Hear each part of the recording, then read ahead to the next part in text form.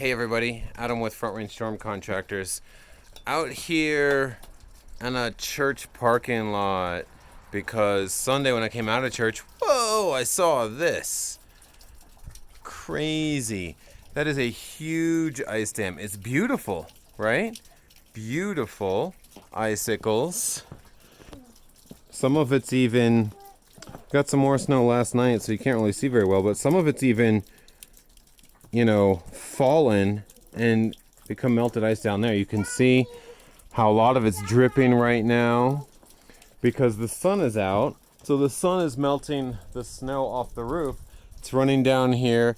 It's hitting the gutters, which are frozen solid, and then it's just running over, turning into icicles, and now dripping off. But I want to show you guys what an ice dam is, how it happens, that kind of stuff. No, thanks, mister. Hey, look, you still have one, right? My 2-year-old, he's almost 3. He's here with me today. He wants one of these icicles. Here you go. Well, it broke, I'm sorry. So what happens is, and I'll show you from down here on the end. What happens is, on the other side of that wall, you've got heated interior space, okay? So you've got heat going up into the attic, which then melts the snow that's on the roof. And it runs down here, and when it gets to this outside area here, there's no more heat going up. It's cold. And so it refreezes once it gets outside of the building.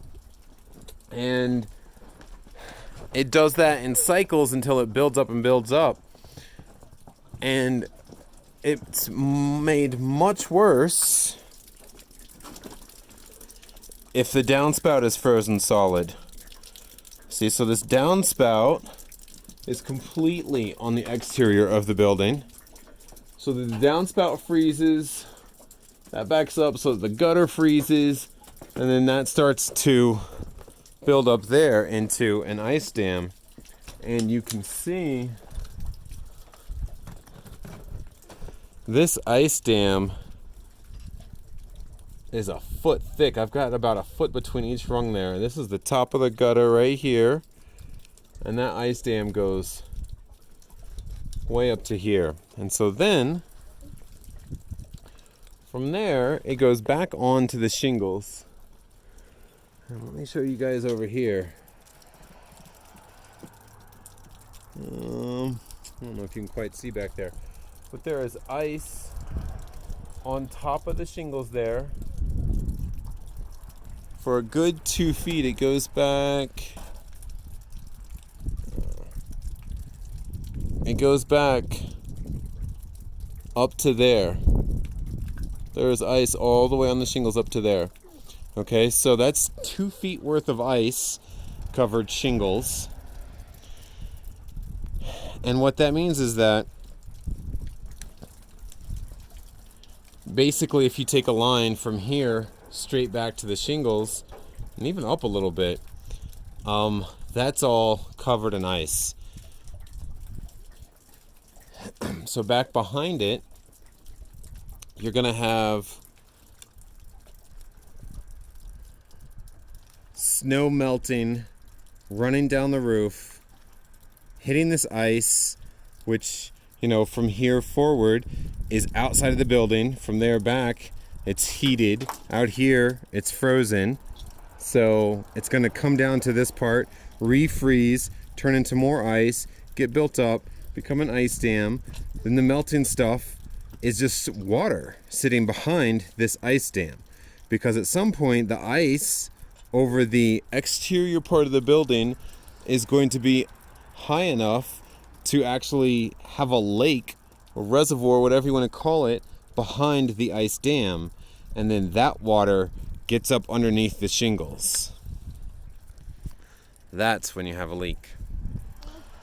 That's when you have to call me to not only remove the ice dam, but to fix the damage. Instead, you could prevent that damage by heat tape. Helps prevent ice dams from being built up. There's some other things you can do also as far as the insulation goes in the attic space and that kind of thing.